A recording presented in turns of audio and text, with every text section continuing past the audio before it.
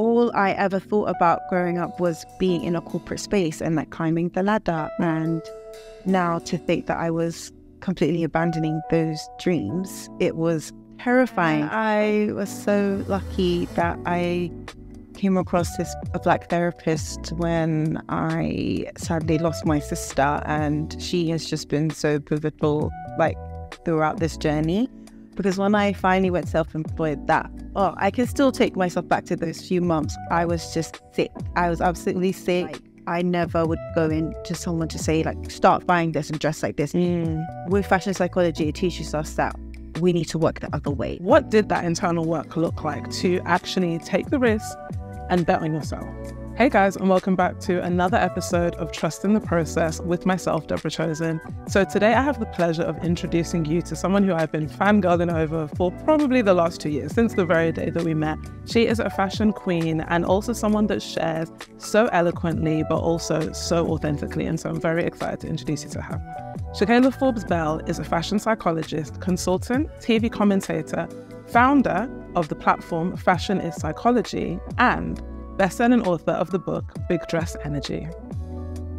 In 2016, she became the first Black person in the world to earn a postgraduate degree in the emerging field of fashion psychology. Throughout her career, she has worked with global fashion and beauty brands, including the likes of Depop, Maybelline, Next, and Stitch Fix. And as the current in-house fashion psychologist for Afterpay, she helps brands and consumers alike understand the psychological significance of fashion and beauty trends. But her impact doesn't stop. She has lent her expert insights to television shows such as This Morning, Lorraine, Breakfast Television in Canada, and NBC LX in the USA. Shakaila has also been featured in numerous global publications, including Forbes, Sunday Times Style, Vogue Business, and many, many more. And today she is here on the podcast. This is Trust in the Process. Okay, so Shakaila, thank you so much for joining us. Thanks for having me. Thank you. So one of the things we do around here is we love to do a bit of a quick fire round. Just fun, like, nothing crazy. We're just going to be in your business a little bit, but in a playful kind of way, okay? So we're going to jump straight into it. And of course, you're going to hear a few fashion-related questions in there. So first of all, heels or flats? Flats. I'm a comfort girl. Yeah, I love heels, but no, I think I'm all about comfort and how psychologically being comfortable helps you to like process information better, even though heels do make you feel powerful and in charge, and I do feel like that. But day to day, I think I'm a flats girl. Yeah, I'll do the same. Yeah. Introvert or extrovert? Extrovert. Yeah. Yeah. As much as I love my bed and my house, I think I'm a people person. I'm a yapper. I'm really interested in people. That's why I'm so interested in fashion psychology. I love like thinking about the decisions that people make and what inspired them to get to a certain point. So I think you have to be extroverted in order to uncover that information. So definitely extroverted. Nice. Agreed. City break or tropical island? Tropical island. Yeah, I'm in Trinidad without even thinking. Yeah. I'm in Trinidad. Yeah. Like, give me my island any day. I don't even know why my mom came over here. Sorry, Mom. I don't think, yeah. No, definitely tropical. Yeah. And if you could interview any one person about their style? Phyllis Ross. I always say that. That's always my answer. Like, why Tracy? I mean, obvious, but why Tracy? I love how she's so passionate about clothes. Yeah. I don't think she sees it as just, for the aesthetic. I think she really understands the deeply personal relationship that people should have with their wardrobe, and she uses it as like a tool. She always talks about playing dress up and how that has supported her well-being, which is essentially fashion psychology. Yeah. I think she just owns her body through her style, and she's not afraid to try new things. And she just has a wardrobe to die for. Also, body to die for. Well, that helps with everything. Every time I see her videos when she's doing her Pilates or her Bikram yoga, I'm like, yeah, Tracy, please take it easy. And I'm watching it whilst I'm like eating a Kit Kat. Like, and I still finishing. Yeah, exactly. I'll get to it. But yeah, she's always been like my biggest style inspiration. Nice. And last question, finish the sentence. I feel at my best when? I feel at my best when... Oh, that's a hard one. I think when I've discovered a new outfit combination. I just really love that. I feel like my brain and my creativity just kicks in when I've discovered something new in my wardrobe. Like the other day, I was going to speak at an event and I had this top from TK Maxx that I wore to the airport. Like it was very basic, but then I paired it with a tie and this dress from Warehouse. And when it comes together, you're like, oh, yeah, it just feels like you're a chef cooking. That's how I feel when I put outfits together. And I love that I don't have to like panic buy things last minute. And like, I feel that positive boost of like that dopamine hit from being creative with my wardrobe. Yeah, and that's what I want everyone to experience. And yeah, I just feel like, and I go down to my mom and my niece. I'm like, if they said, they're like, yeah. Yeah. Like serendipity. But yeah, very fast bag. I love that. So let's jump into things by kind of going all the way back to the beginning. Okay, so let's talk childhood. Let's talk child Shakaila. And, you know, growing up, I'd love to hear, like, what did you want to be? Did you ever see any of this in your future? Or what did you know? It's so funny. Oh, my mom's going to kill me. I always grew up wanting to be a video girl. No, that's what I wanted to be. Well, the whole video. Yeah, well, I saw Uchiwali by Nas when I was younger, and I remember being like, that's my pressure. And I used to dance. You know how they now the TikTok trends of those 90s. That used to be me in reality. And I used to want to dance. And my mom used to cuss me. I put yourself together. She always says that now, if it wasn't for me, you'd be some video her. And then like, well, I would have still been happy. So I would have been rich. But I feel like that is just an example of how I've always wanted to be kind of in the spotlight in some sort of way, like in the camera. I just loved those women. I thought they were so powerful and just in charge of their body and like taking pride in their like sexuality and their femininity, and I just love that. But then aside from dance, it was fashion. I used to just love watching runway TV. I'm showing my age. No, the but like, yeah, I watched those shows, and I always used to buy magazines and like hide them from people so they would read them. And my mom used to help me make dresses for my dollies, and I used to always like change their clothes. Like I did really love fashion. I used to get in arguments with my mom about what to wear, like to certain events. Like I was very in charge and had a very clear idea of how I wanted to present myself. So I think I've always had that like creative flair for like outward expression when it comes to fashion and style, and that's something that's always inspired me from a young age. Yeah, that's so interesting, by the way, that when we talk about being a video girl, that so many of the things, although, you know, you're not necessarily twerking in not this video right now, but you are showing up on camera, you know, and you are still exercising your femininity and your style through what you do as a fashion psychologist. Yeah. It's just so interesting, isn't it, that oftentimes I think the bigger picture of something might change, but those small details and like it needs to be on. 100%. Same. I'd love to know as well, because you spoke a little bit about, you know, growing up and having some arguments with your mom about what to wear. Who were some of your fashion icons growing up? Growing up, I feel like it was the video girls. Like I liked like blue contra and tweed. Yeah, obviously Aaliyah. I really just love that kind of style of being very like out there and expressive. And I remember in sixth form, I was such a hipster as well. I used to go to Camden and just be obsessed with like that kind of edgy style. I remember I had a green leopard print cardigan, and I was like that. And I always wanted to do something to make me stand out. Even though looking back, it didn't always work. But I always we grow. I was a child. I liked people who experimented and did things differently. And of course, I feel like back in this day, like those pop icons, like those women, they had a bit of like air of mystique around them. Like now we can like DM our celebrities, and like now before it was like, they were like sometimes you didn't even know their name. Exactly. You didn't know what was going on with their business. So you could put a lot of maybe your ideals onto them.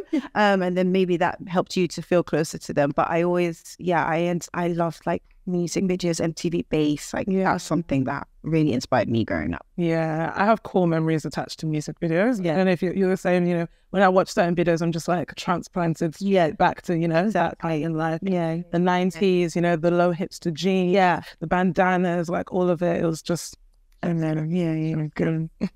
So we have a very, very impressive story in being the first Black person in the world. By the way, I thought it was the UK, but it's the world. And then when I went through your experience, I was like, wait, the world? The first Black person in the world to earn a postgraduate degree in fashion psychology. That is crazy. So impressive, so amazing. So I would love to know, like, what inspired you to study it, especially assuming that this was a degree that maybe hadn't seen many others do, and specifically maybe many other Black people do and be successful from. Yeah, what really inspired you to go into it? Yeah, I think obviously I loved design, but I was such a nerd at school, like big nerd. And so I was doing so well at psychology, like insanely well. And I used to watch a lot of daytime TV in the morning, and I used to love Frasier. And I'd be like, oh, I'm going to be like the Black female Frasier. Like, I like that kind of job. So I was like, let me do psychology at uni. And it wasn't like Frasier. Yeah, no. I did psychology. Yeah, I know. I thought it was going to be like therapy and like understanding people's talent and emotions, and it was like clinical and the brain. And this is like, it was so dull. So I was just going through that, and in UCL, which is where I studied, the push is very much in clinical psychology and like becoming like doing your PhD, and that just didn't feel like me. It just didn't feel as glamorous as I thought it was going to be. But then I remembered in my like social psychology classes, there were a lot of experiments about like first impressions and groupthink and group dynamics. And in my final year, they allowed us to do our own dissertations, and a lot of people already were going to their supervisors to just jump on their pre-existing experiments. But I wanted to do something different, and it was actually 2012, which was the first wave of the Black Lives Matter movement. And I remember watching all of the devastating news about Trayvon Martin. And some of the pundits were talking about his clothing, his hoodie, and kind of chastising him for wearing that outfit in an affluent area. But at the same time, we had Mark Zuckerberg and all of these like Silicon Valley white bros coming into this tech space, getting attention, not being like the traditional like dressed like these men were. They're not wearing the suits, they're wearing the hoodies, they're wearing athleisure. Even on the runways, we're seeing like Alexander Wang and Philip Pilot. I can't remember the designer. Anyway, we're seeing all of these designers now having athleisure being luxury. So on certain bodies, we see this style being seen as being powerful, as being different and strong. And then on this young Black body, it's being seen as threatening. So I wanted to explore that, and my supervisor really supported me, and I called it the Hoodie Project, and I looked at the intersection between clothing, race and first impressions. And I really loved it. And like through the research, I discovered there's so much research into clothing as a form of nonverbal communication, as a way that we identify ourselves, as we connect with other groups and determine who's an in-group and out-group member. And I wanted to continue that. And luckily I was having like an existential crisis towards the end of my third year. Like, what am I going to do? Like, I don't know. And I found the master's course and I applied. I think, obviously my dissertation was very unique and very specific to fashion psychology. And I got through, and I continued my research into like representation, and I looked at multicultural marketing within fashion, basically proving that Black models sell very well and people are more likely to purchase from a brand where they see themselves reflected. And even white people, they prefer to see fashion brands that are reflective of society, and they will pay more money for that. So that's something I empirically proved as well, and I got that published. And I just realized that this was something I found so interesting. It was like a marriage between both of my interests, and the papers that I was reading, they were so boring and they were hard to reach. And I thought, I just want to tell more people about this. Like I said, I'm a yapper. So I created my blog, and I just was writing about it. And then one thing led to another, and this is where we are. But if you had asked me when I first applied to do psychology if I'd be working for myself, self-employed, I never thought I'd be self-employed. And also being a fashion psychologist, I'd be like, what first of all, what is that?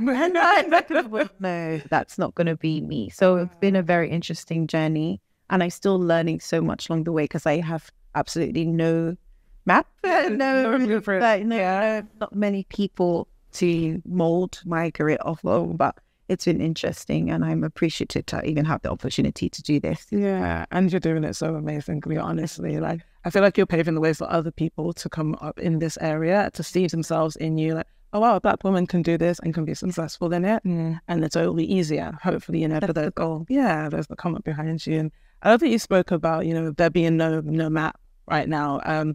That's the thing about when you're the first to do a thing, right? Sometimes like we're looking to, this person and that person to like maybe model ourselves on them. But when you are in your own lane, right, there isn't any map, there isn't any blueprint. And being, the first Black person in the world to graduate with the degree that you have, the postgrad degree, what have been maybe some challenges about being the first and creating your own lane? And then what do you think have been some of the advantages as well of that? Because I think also sometimes there's a benefit to there not being any map. It means there's no rules. Yeah. You can throw them out and you can create your own way. So what have been some of those challenges in being the first, and what have been the benefits? I think the challenges is I'm always having to first describe what I do and then be able to do what I do. Okay. Whereas I feel like if you're maybe like a fashion blogger, or if you're a designer or a buyer, like it's understood what you do and you can just go in and do your thing.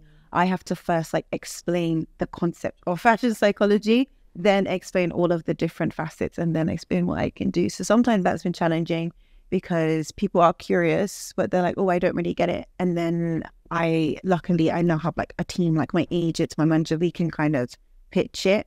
But I'm hoping to get to a point where so many people know about fashion psychology. It's like influencing. And I guess this is what maybe the first batch of influencers, that problem that they have. People are like, well, I don't really get it. Like, what are you doing? And now it's known, like what that job is, like marketing and brand awareness and like selling and relationship building and all that stuff. So for example, like with fashion psychology, I have so many hats. Like I do workshops with brands. I obviously, like through my book and my work, I inspire like individual clients with like styling and give them advice and backed by science. I lecture and I teach students. Obviously, I do TV and media and content creation and brand ambassadorship. So there's all of these different things I can do.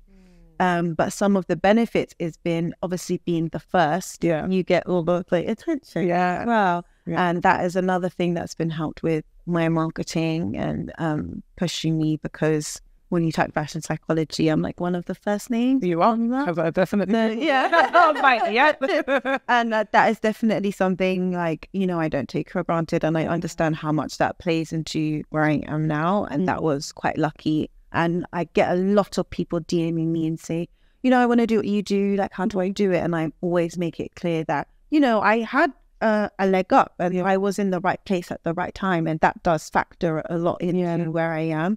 And I think people don't talk about that enough when they talk about success. Sometimes you just was in that room at that time. You just like got in at the right moment. You met the right person. Like sometimes you can work as hard as you can, but you just that luck as well. So I have definitely benefited from the blessings, luck, whatever. But that has all like come together to help me to be where I am today. So it's a lot of different factors. Yeah, I think it's really great for people to hear that there are, pros and cons to it. But I love to speak about the pros, because I think sometimes people feel hesitant to do something when they're the first. Because all they see is the negative side of it. But it's so refreshing to, consider that did work to your advantage, and it is working to your advantage. When people think fashion psychology, most people are probably introduced to the term, in fact, probably through you at this point, at least in our kind of sphere and our network. And so I think that's just something really powerful to be able to hold. When we first met, which was 2 whole years ago, crazy. Too long ago. I know. It feels like, I think I've seen you since then, which is funny, because that's just the power of social media. Yeah, right. Me. Yeah. Anyway, yeah. But when we first met, immediately when I met you, it was at an event, you were speaking, and I was speaking as well, actually. I saw you, and you went in blue. That's what I remember. I remember you wearing something blue, and I just remember thinking, this girl is a star. Like, the way that you spoke, where you commanded the room, the way that you shared things that I think many people had never really considered before, and in a space that probably weren't used to those types of conversations. It was just so refreshing. And I remember we caught up at the end, really briefly. We're like, you're gonna be on the podcast, which look at that, it happened. Yeah. I remember, if I'm correct, you were still about to launch your book. Yeah. You were in the process of writing the book. Oh, wait, what year are we? It was 2 years ago. It was 2022. I know you released the book in 2022, but I think when I met you, maybe I was still in the process. Possibly. I'm glad at time. But probably, yeah. So I remember basically speaking about the fact that you'd recently kind of launched out to get your own thing. And I remember being so inspired by that. And there was so much more I wanted to ask you in that moment that we couldn't do that we can do now. And one of those questions really, when I think about your success from that moment to now, you've gone on to release Big Dress Energy, which has been a bestseller. You have speaking engagements all over the world. Every day I'm like, where's Shakaila now? What do you mean you're in Switzerland? Why? Like, what do they need to know about startup? And then you're also on television as well. You've had amazing television appearances, both here in the UK and abroad in the US and Canada, which is fantastic. So when I think about that, and I remember the girl who told me, like, I'm doing this, I'm launching out. I think about what it may have taken for you internally to do that, to actually bet on yourself and to build your own thing. And I think oftentimes we just see, the external, we see like the numbers, the reviews, all of that type of thing, but we don't know like what the internal work was that person had to do to get to where they're at. So what did that internal work look like to actually take the risk and bet on yourself? A lot of therapy. I was so lucky that I came across a Black therapist when I sadly lost my sister, and she has just been so pivotal like throughout this journey, because when I finally went self-employed, I can still take myself back to those few months. I was just sick. I was absolutely sick, and everybody around me was so supportive and saying like, this thing it's becoming a thing. Do you know what I mean? Like, it could be something, you should devote more time to it. But I don't really have people that are self-employed in my family or my friends. Like, I had no idea what I was going to be doing. All I ever thought about growing up was being in a corporate space and like climbing the ladder. And now to think that I was completely abandoning those dreams, it was terrifying. So I did have a lot of sessions. I spoke to my mom so much. Like, we had so many talks about this. And it was even harder because my sister was like my driving force. And I remember when I first actually started the master's degree, it was a bit chaotic because I was the first, so it was the first time the course had ever been made. And pilot. Speak to any of my like other students on the course, it was a bit very like, we had people getting fired, people left, like we had like we didn't even know what room we were in half the time. Like, it was very challenging. And I remember telling my sister, like, I'm gonna quit, like I'm just gonna do marketing, something that's very like simple. And she was like, you idiot, like, don't do that, like very like insulting way. Like, don't.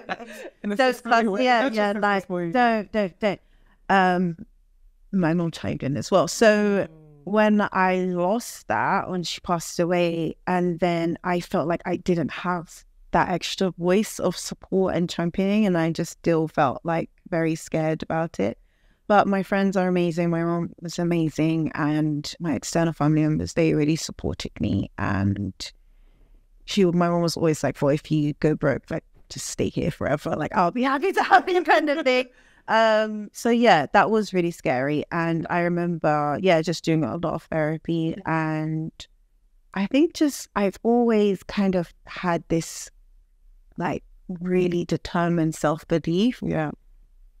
It sounds weird, but I always just felt like, I'm gonna be something. I've had this from a young age, and I think maybe they used to make me annoying at school, but I always just felt like it. And I think that has carried me as well. 100%. And I don't know if that's something you can foster or create. I think sometimes it's just something that's ingrained in you, that kind of like unshakable self-belief. I think I've always had that.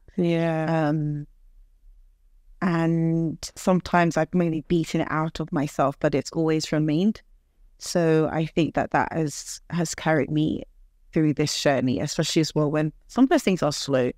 And once you're like, I'm like, nothing's come in for a long time. And or I am tired, like I want to take some time off. But if you're self-employed, nothing's coming. Yeah, you can't do that. Yeah. People are telling you to do things.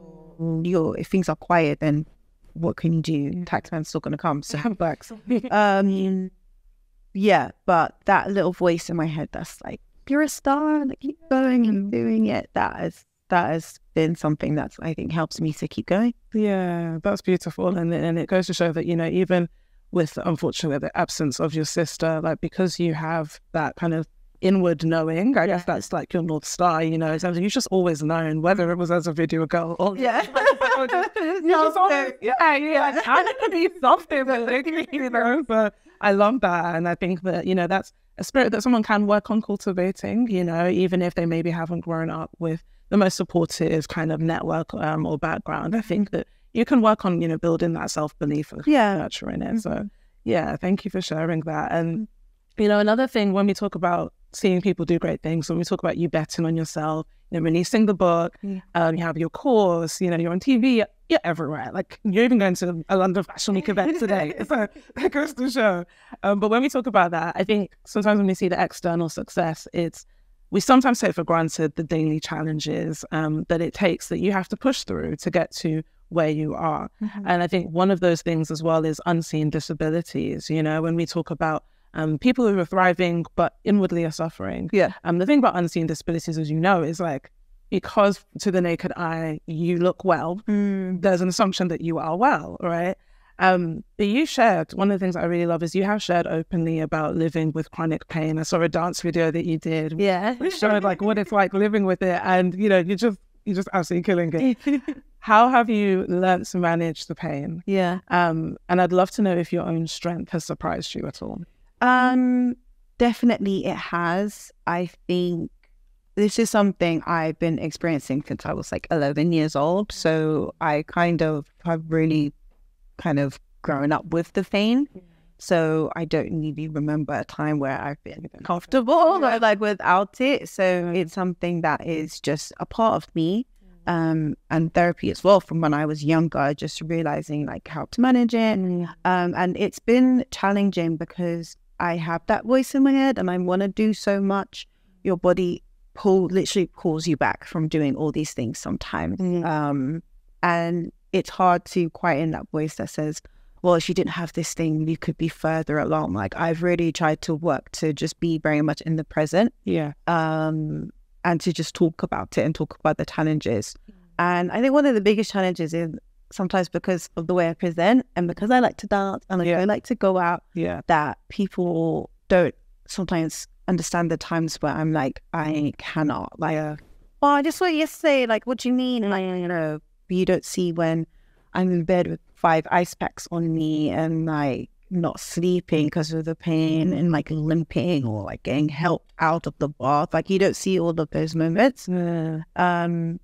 So I really learned the power of just like saying no. And it's not even about saying no because of other people's pressures. It's my own pressure. Yeah. It's my own idea of like, you're being lazy or you're not doing enough. That is, I think anybody with chronic illness, they can resonate with that, because sometimes you're like, am I being lazy? Well, I'm with it's like, you haven't slept in like 2 days properly. Like, you've been in mad pain. Like, you can't think like that. That's a daily challenge that I go through. Not even, just managing the pain. It's managing my own expectations that I have on my body and trying to bring myself back down to earth and realize that I can't do it all. But that's still something like I'm working on daily. And the issue with being self-employed is that you don't really have a routine as such, especially in my field of work. Like, things come in last minute and you're traveling a lot and like it's always like up and down. So whereas when I was employed, I could be like, okay, I'm going to the gym today, or I'm going to do this today. Instructed, very structured. It's so not like that. So that's something I'm really fighting for as well, bringing in more structure into my life. Because I feel like that is the best thing. Like building up your body to a point when it's super strong and having it like almost like aware of what's coming. Because sometimes that helps. So when it's like you're throwing your body which way, like different time zones, and heels and this. Like, yeah, I think that's challenging, but I have to live with. I'm going to keep pushing. Yeah. And I love what you said about like, oftentimes it's about saying no to yourself. Yeah. Because I think,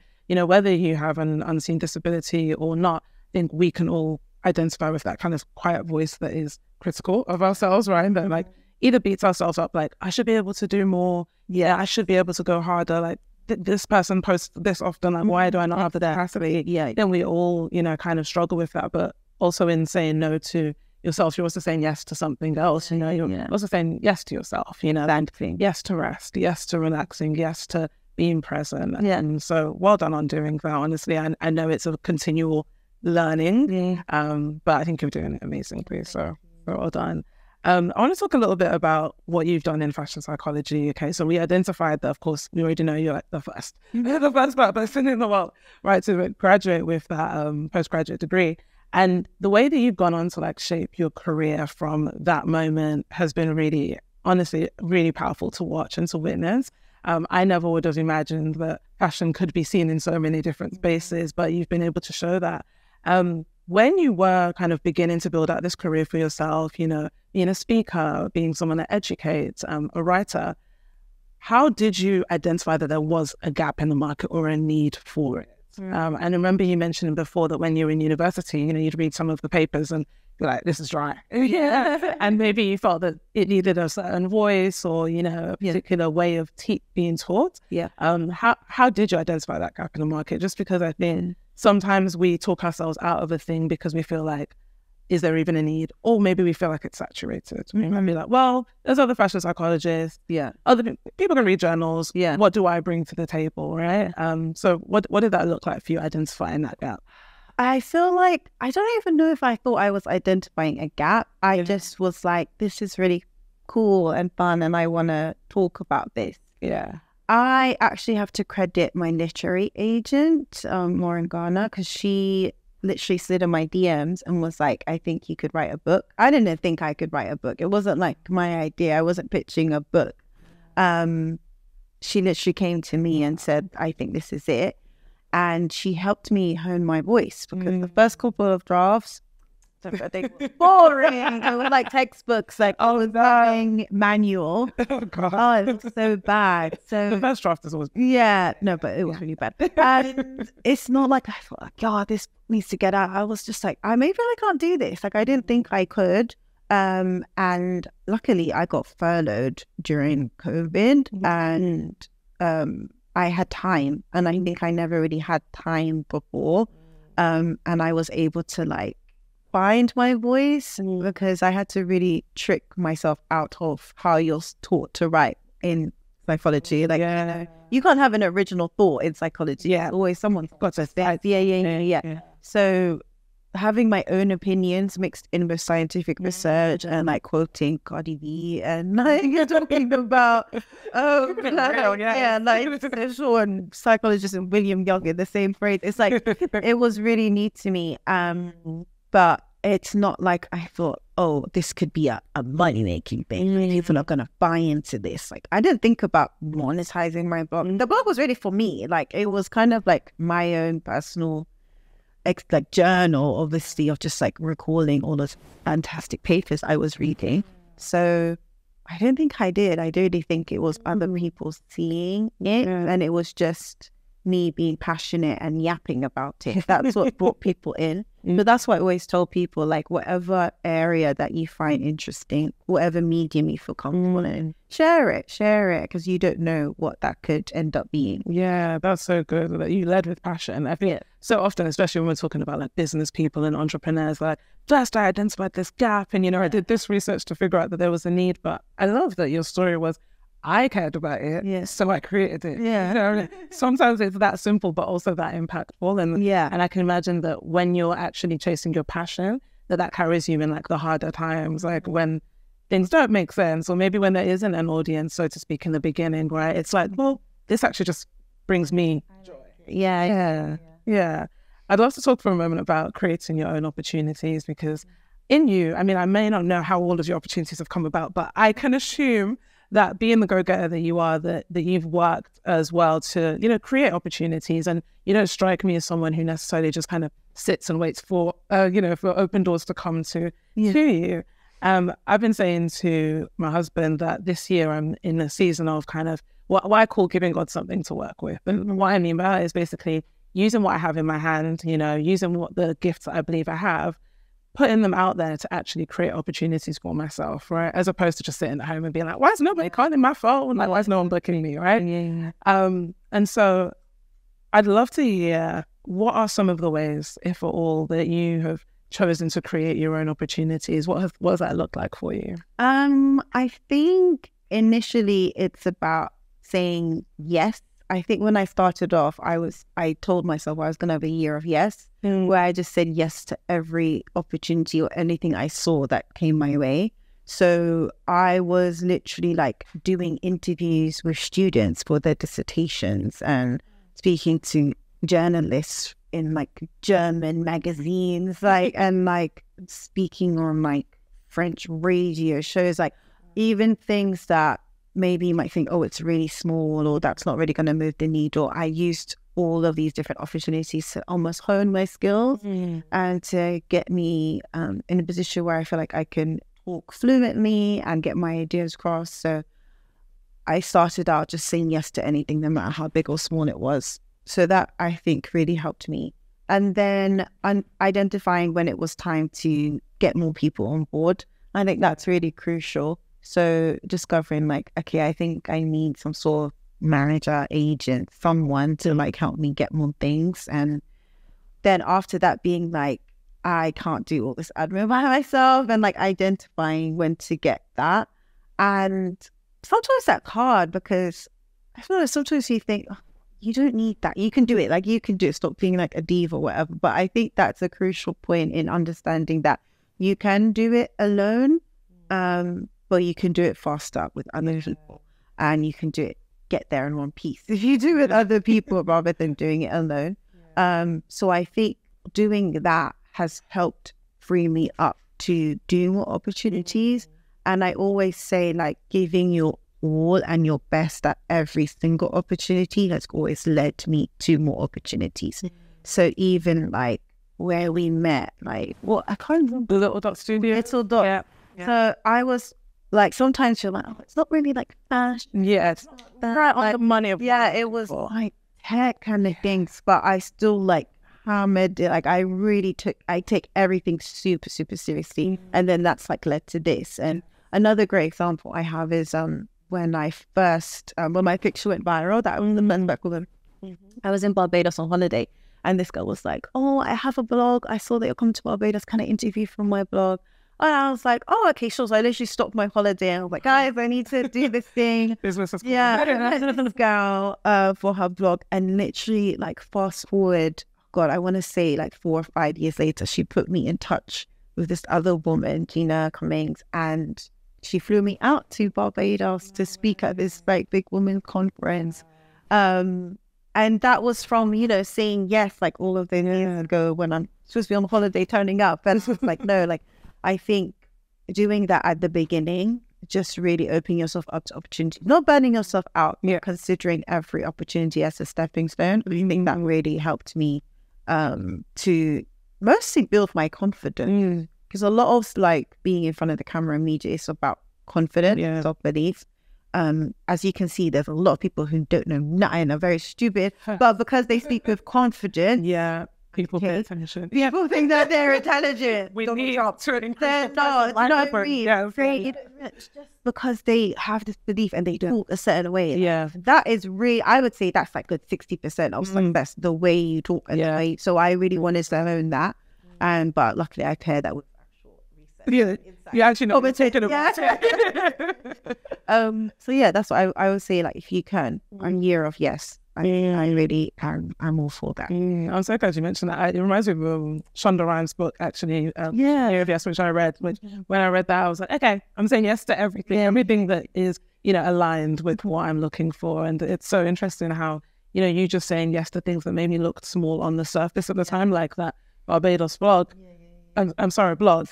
Fast forward and turns into an even bigger opportunity. It just goes to show that sometimes like you have to be open to what an open door may look like. If we have a really specific idea of like, it's got to look like this, or it has to look like, you might miss it. Yeah. And showing up as well excellently to whatever space you're in is really powerful. And yeah, like I said, that's why we're here, because I was just floored about what you did that day. So thank you for that. Yeah. I'd love to talk about the book for a moment. I actually have it here in my bag. And I'm like, the plan was there. But it's okay. I will definitely pop it in the video. But your book is, first of all, just gorgeous to look at. Even before you open it up and you read the content within it. The cover, everything about it is stunning. I love the intentionality behind the colors. They've used the green is kind of throughout, and it's just stunning. And being able to create something like that when you didn't even see it for yourself, honestly, is just deserving of applause. There's a quote in your book in chapter 1, which is the chapter is called "It's Given What It's Supposed to Do," where you say this. You say, "Cultivating a wardrobe that is closer to the person we hope to be is a choice most of us can make. Yet we often fall into a habit of wearing the same old things and dressing like the person we fear to be." First of all, hearing that, are you like, oh, did I write? Yeah,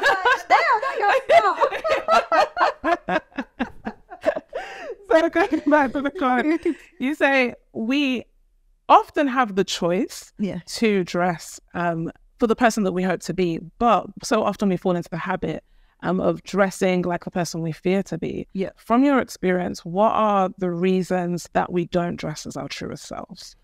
I think we care too much about external opinions and what people are going to say if we feel like we are doing too much. I think especially in this country, we have this culture of, if you have too showy, like, oh, who do you think you are? Like, if it's she kid, might just a bit bad. I think that's something that holds a lot of people back. And as much as I say, like, psychology dictates that people do make snap judgments, and they are going to judge you based on your appearance, there's a very fine line between being aware of that and then making that shift the way you're dressing. And I think people veer too much on the wrong side, and they don't dress for themselves.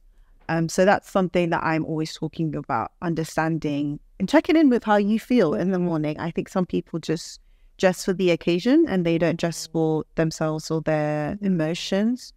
So I think that's one. And yeah, just the fear of being judged and the fear of thinking that maybe you aren't that person that can wear something like that or pull it off. I know a lot of people say like, oh, I wish I can dress like you, but I can't. And I'm like, why not? Why not? Yeah. Why not? Yeah. I think people have this limited idea of themselves. But that's why I say, like, I never would go into someone to say, like, start buying this and dress like this. With fashion psychology, it teaches us that we need to work the other way. Like, it's not like dress like this and you'll become like this. Sometimes that is the case. But for a day to day, it should be, how do I feel? What do I like? How do I see myself? What are the different hats I want to wear? And then what does that look like?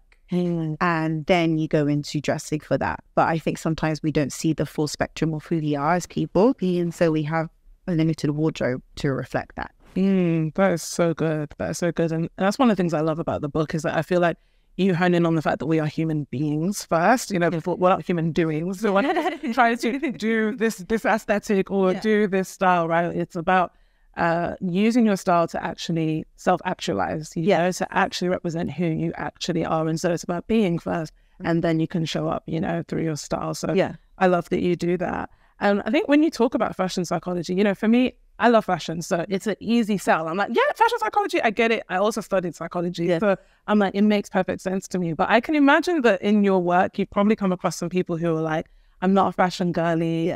I don't really care about fashion. Fashion isn't a thing that I consider, right?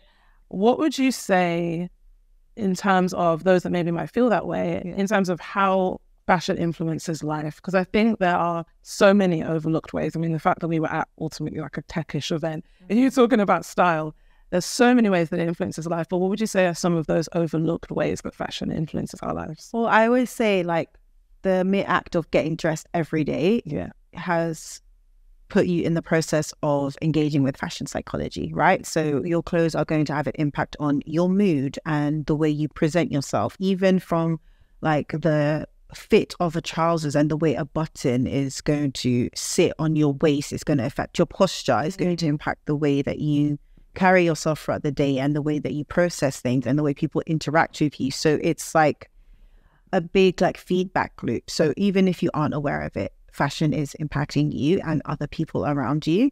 And there is research that shows that people who don't think about their clothes in a thoughtful way, they can experience things like low mood, negative self-perception, negative self-concept, insecurities. So number one, you're putting yourself at a disadvantage if you are actively rooting against that. And if you're not a nudist, you know what I mean, then you need to be thinking critically about what you're wearing, because I always say that clothes are a criminally underutilized tool for well-being and behavior management and impression formation. So I would say that you're missing out. And I think people think that you need to be reading Vogue and know all of the designers, spending lots of money, and that's not the case. Even if you exclusively shop in Primark or in a high street, or you only buy something new once a year, you still are clothed 90% of the time. So whether you know it or not, clothes and fashion is having an impact on you.